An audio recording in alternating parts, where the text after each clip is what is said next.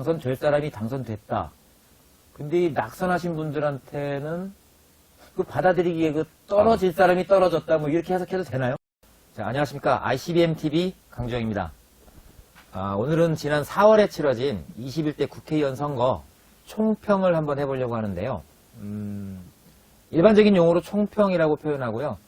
전문적인 용어로 뒷담화라고 하죠. 오늘 그 뒷담화를 함께 해주실 세 분 나와주셨는데요. 간단하게 소개해드리겠습니다. 평택시민신문 김기수 대표님. 네, 반갑습니다. 그리고 평택시사신문 박성복 대표님. 네, 반갑습니다. 네. 그리고 평택시민재단 이은우 이사장님 나오셨습니다. 반갑습니다. 네. 지금부터 한번 총평, 그 전문 용어로 뒷담화 한번 시작해 보도록 하겠습니다. 이번 4.15 총선, 요 결과를 한마디로 정의하면 나는 이렇게 생각한다. 예, 드림 보드에다가 한번 적어주시기 바라겠습니다. 뭐 다 쓰셨으니까 저희 이은우 이사장님 먼저 쓰셨는데요. 되게 어렵게 쓰셨어요, 한자로. 한번 들어서 보여주시죠. 어렵지 않아요. 모든 사람들이 다 아는 한자죠. 이 사필기정이라고. 예, 어떤 의미로 적으신 거죠? 이번 총선은 그냥 우리 국민들의 그런 이제 뿌린대로 저는 거뒀다. 실제 이제 미래통합당이 변화 혁신에 제대로 하지 못하면서 사람들이 그런 좀 민주당을 선택하는 계기가 되지 않았냐. 굉장히 좀 의미가 있으신 것 같은데, 사필기정, 당선자들한테는 굉장히 좋은 말 같아요. 뭐, 당선될 사람이 당선됐다.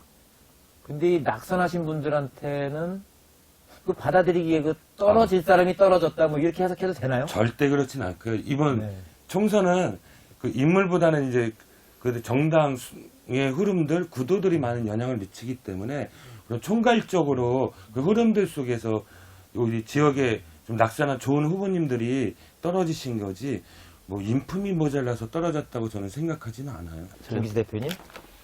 나는 뭐 고민을 해봤는데 마땅히 떠오르는 건 없고 문재인, 코로나, 대통령하고 코로나하고 관계가 있나요?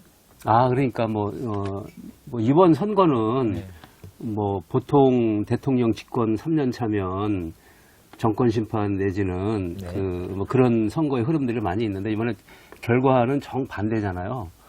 물론 뭐 이제 야당이 못한 이런 측면도 있지만 특히 이제 수도권에서 이렇게 여당이 압승한 이런 부분은 그 코로나에 대해서 이 대응하는 이런 것이 정부의 신뢰를 많이 높였다. 문재인 대통령의 지지도가 이제 급상승하면서 그 박빙 선거의 선거 구도에 여당에게 유리한 그런 결정적인 역할을 한 게 우리 대통령의 지지율. 이거 그 상승의 핵심은 코로나에 대한 적절한 대처. 이 부분이 많은 쟁점들을 그 희석화시키고 밑으로 내리면서 결국은 여당의 압승으로 끝나게 하는데 좀 역할을 하지 않았나. 네. 그리고 우리 박성복 대표님은 뭐라고 적으셨을까요? 예. 네. 보수 야당의 헛다리 짚기. 예, 저는 보수 야당의 헛다리 짚기라고 썼는데요. 보수 야당이 국민의 눈높이에 굉장히 접근하지 못하고 좀 멀어진 면이 여러 가지 있습니다. 첫 번째가 이제 막말도 그렇고 막말이 지속적으로 이루어지지 않았습니까? 그거에 대한 후속적인 당 차원의 대응도 미약했고요. 그 다음에 이제 코로나19에 대한 대응이 전 세계적으로도 평가가 나쁜 부정적인 측면은 아니었습니다. 그런데 그거를 선거의 최대 이슈화 시키려고 하다 보니까 국민의 정서하고는 반하는 그런 조금 전에 김기수 대표님 말씀하신 것처럼 평가가 다르게 나오는 국민의 정서하고 그런 부분이 있었고요. 마지막으로는 이제 공천과 관련돼서 계속적으로 이 자본이 계속 나왔잖아요. 초기부터. 그런 부분들이 돌려막기식 공천이라든지 뭐 그런 부분들이 국민 정서하고 전혀 상관없이 모든 부분에 있어서 전반적으로 헛다리를 많이 짚었다. 헛발질을 많이 했다. 그런 측면입니다. 두 번째 질문 한번 드려볼게요. 이것도 재밌을 것 같은데 평택과 전략공천. 이걸 한마디로 말하면 어떻게 생각하시는지 한번 또 적어주시죠. 자, 궁금해지는데요. 때문에 제일 먼저 쓰셨으니까 또 제일 먼저 그러시죠. 들어볼게요. 예. 자, 왜 제가 평택과 전략공천. 우리 언론사 대표님들이 좀 이런 논리적 얘기를 먼저 듣는 게 좋지 않아요? 근데 뭐- 제가 할게요. 예. 네네네. 네. 저는 짱이라고 썼어요. 이게 아마 요즘 젊은 세대의 언어일지는 모르겠지만 이번 전략공천은 전 시민 무시로 받아들여요. 그리고 정당 정치를 훼손하고 민주주의를 되게 오염시킨 아주 문제 있는 거로 받아들이고 또 우리 평택 시민들은 그런 측면에서 이 문제에 대해서 대단히 분노하고 개탄하고 좀 문제의식을 가졌던 것 같아요. 그게 평택 갑도 공정한 후보가 좀 떨어진 한 언인이 됐었고 울도 김현정 후보가 떨어지는 한 언인으로 작동을 했다는 거는 누구나 아마 공감하실 텐데 그래서 저는 그런 측면에서 평택 시민이 짱이다 이렇게 얘기한 줄 알아서 현명하다. 이 시민이 현명하다는 짱이다. 거를 한 단어로 떠올리다 보니까 짱이 떠올랐어요. 빨리 쓸 수밖에 없죠. 그럼 시민이 짱이라 그래. 시민이 현명했다. 시민은 정당 정치, 음. 뿔뿔이 민주주의를 지키고 싶어 했다. 그리고 저는 해석을 했습니다. 예. 그 해석을 잘 하셨네요. 근데 통상적으로 저희가 짱이라 그러면은 그 뭐 우두머리 뭐 이런 식으로 시민이 제 해석을 우두머리죠. 우리 아, 주권 그런가요? 재민인데요. 예. 아, 또 그렇게 또 좋게 해석을 해주시네요. 그러네, 또 시민이 짱이다. 자, 우리 또 박성복 대표님. 저는 아. 일방 통행이라고 보여집니다. 예. 일방통행의 의미는 예. 뭐죠? 그러니까 공천이라는 거는 네. 뭐 과거에는 이 하향식 공천이 사실 먹혔었죠. 근데 이제 점차 대의민주주의에서는 이제 일반 유권자들의 생각, 시민들의 생각이 굉장히 중요한데 그런 밑에의 정서와 상관없이 중앙당에서 공천을 한 건데 특히나 중앙당 이번에 공천 같은 경우는 준연동형 비례대표제에서 비례대표를 당에서 주지 못하는 사람들을 지역에다 꽂다 보니까 그 일방적으로다가 꽂게 되고 또 그게 평택을 같은 경우는 어떤 현상이 벌어졌냐면은 기존의 5명의 후보하고의 경선이라든지 합의 구조라든지 뭐 쉬운 얘기는 아니겠죠. 그런 부분들이 안 이루어지다 보니까 아무래도 일방통행으로 갔다. 그 일방통행이 실패한 지역이 많다. 이렇게 판단이 됩니다. 그러네요. 일방통행이 막혔네요. 예. 그렇죠. 더 이상 가지 못하고 막힌 길이 돼버렸네요. 자, 우리 김길 대표님은 뭐 저도 비슷한데 그 문제 의식은 그냥 한마디로 하면 이제 더는 그만. 더는 그만. 이번까지만. 어쩔 수 없었다면. 네. 뭐 다 비슷한 의견인데 네. 사실 이 뭐라 그럴까 이 전략공천이라고 하는 게 우리나라의 정치에서 보면 아직까지는 뭐 필요 불가결한 이런 측면이 있다고 정치인들은 얘기를 하지만 시민들 입장에서 보면 그거는 이제 없어져야 될 것이라고 생각을 하거든요. 그러니까 주권 재민이라든 아까 이윤호 이사님도 말씀하셨지만 주권 재민이라는 측면에서 보면 우리 지역의 여론을 대표해서 국회로 파견하는 사람인데 우리 지역을 모르는 사람을 이렇게 뽑으라고 상품으로 내미는 거는 그 유권자를 무시하는 거죠. 네. 결과론적으로 보면 어떤 그 주권 재민 이런 측면에서 본다면 전략 공천은 더 이상 하면 안 되고 이 두 분이 당선되지 않은 것은 길게 본다면 어떤 주권 재민과 어떤 지방자치 어떤 민주주의 발전을 위해서 본다면 네. 평택 지역에서 어떤 타산지석으로 삼아야 되지 않을까 뭐 이런 생각을 합니다. 또 궁금한 게 생겼는데요. 예. 이런 질문 한번 드려볼게요. 김현정 씨가 떠나지 않고 평택에서 4년을 기다려서 22대 국회에 재출마한다. 그럼 이거 전략일까요? 아니면은 우리 지역에서 민심을 반영한 출마가 될까요? 근데 전략 공천은 아닌 거죠. 즉 활동을 하고 즉 활동을 하면서 공천이 아니다. 그렇지.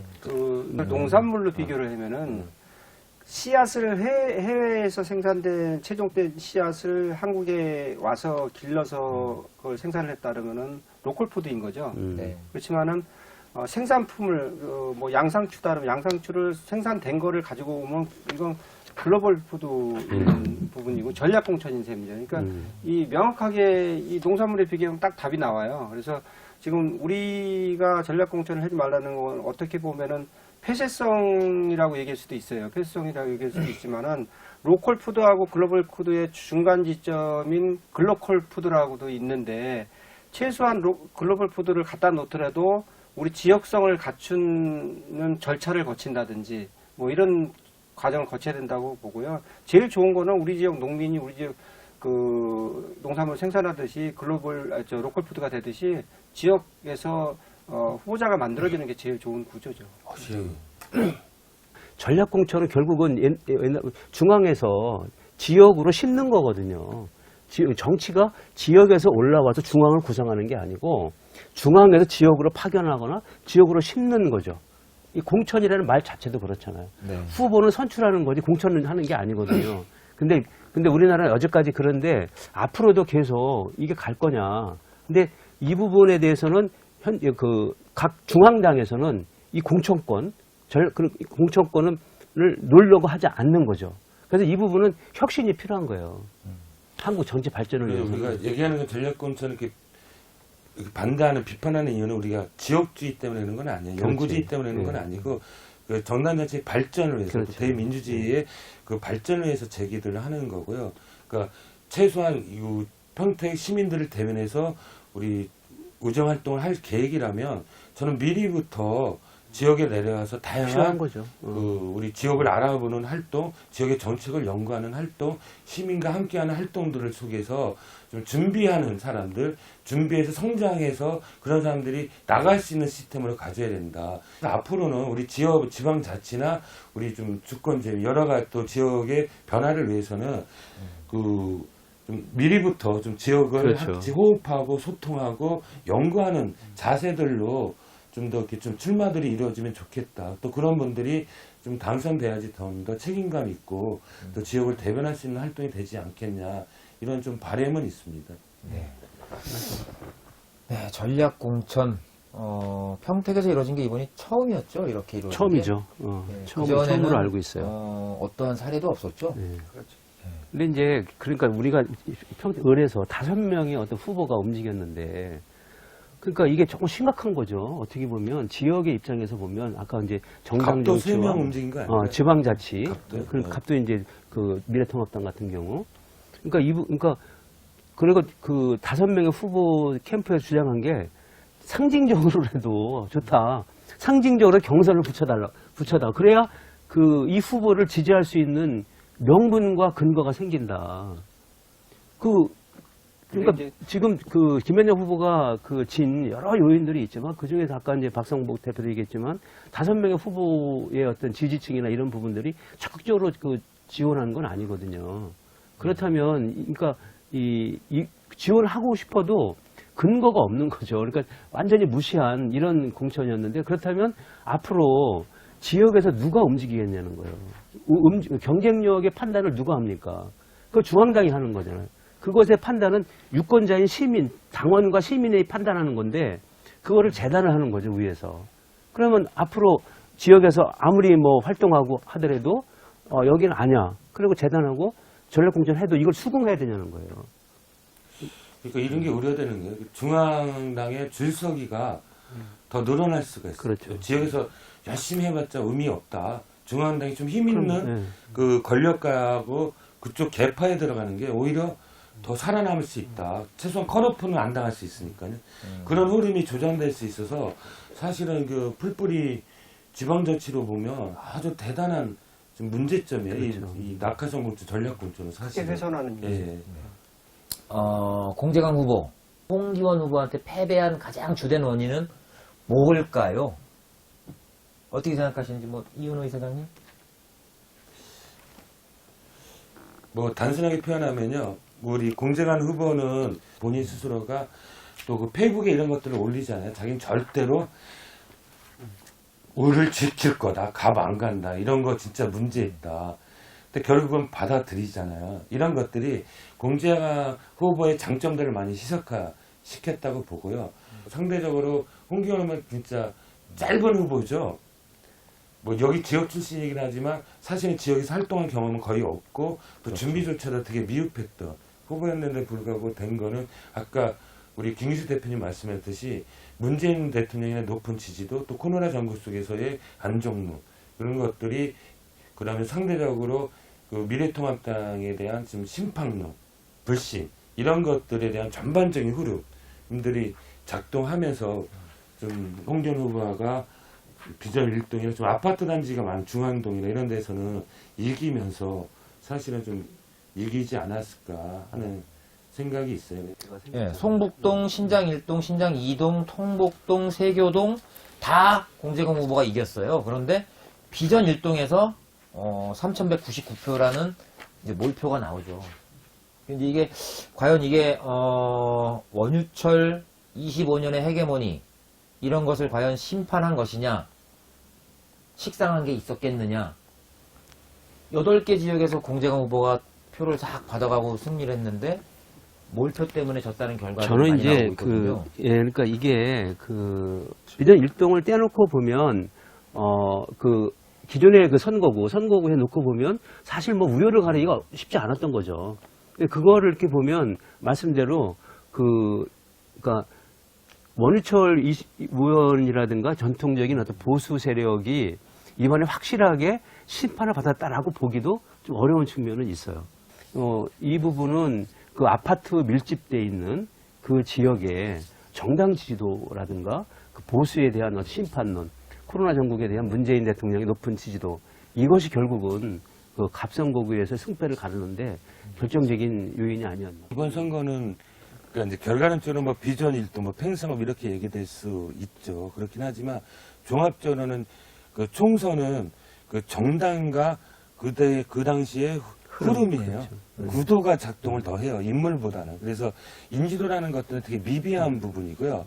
그런 측면에서 이번 선거는 저는 코로나 전국 속에서 각 후보에 대해서 알 수 있는 여건도 없었고 정보도 부족했고 또 정책 선거 또 쟁점 선거가 되기도 어려웠지. 그러면 다른 여태 선거보다도 더 정당에 대한 평가 또 그 당시의 흐름 뭐 정권 심판론으로 갈 거냐 아니면 뭐 야당에 한번 야당 못 믿겠다. 야당들 너네 한번 혼내봐라. 야당 심판론으로 갈 거냐. 이 흐름이 되게 작동하는 거거든요. 그 측면이 저는 수도권에서는 특히 강하게 나타났다. 그래서 수도권 전체를 놓고 보면 일부 농촌지역 몇 군데를 빼고는 다 민주당이 이겼어요. 그 흐름들 속에서. 거기는 뭐 민주당 후보지 제가 봐도 인물이 좀 안 되는 사람도 있음에도 불구하고 이겼거든요. 거기도 전력 공천이 있어. 이런 거 보면 인지도나 뭐 이거는 이번에 큰 영향을 미쳤다기 보기는 어렵고 그 정당 지지도 그다음에 그때의 그 유권자들의 그 판단의 흐름이 특히 코로나 전국에서 더 영향을 많이 미쳤다. 그렇죠. 그래서 비전 이동은 이동 후보가 이기거든요. 근소하게. 그런 거를 보면 인지도로 이번에는 평가하기보다는 그 지금의 흐름 또 정당 이런 것들로 분석하는 게 그러면서 나머지 지역 변수는 좀 중요 변수보다는 좀 종속 변수로 우리가 좀 더 분석하는 게 좀 더 정확할 것 같아요. 그러니까 두 분의 예. 얘기하고 큰 틀에서는 같이 동의를 해요. 동의를 했는데 일단은 갑선거구 같은 경우는 또 송탄의 정서라는 또 특이성이 좀 있어요. 네. 그래서 공재강 후보가 공천을 안 받고 기존의 다른 후보가 공천을 받았으면 또 양상이 좀 달라졌을 거라고 생각을 하는데 이제 공재강 후보가 을선거구에서 계속 나온다고 했다가 이제 갑선거구로 옮겨오면서 이제 정서적인 측면에서 이제 어떤 현상이 벌어지냐면은 다음에 국회의원 선거 때는 병이 하나 더 생긴다.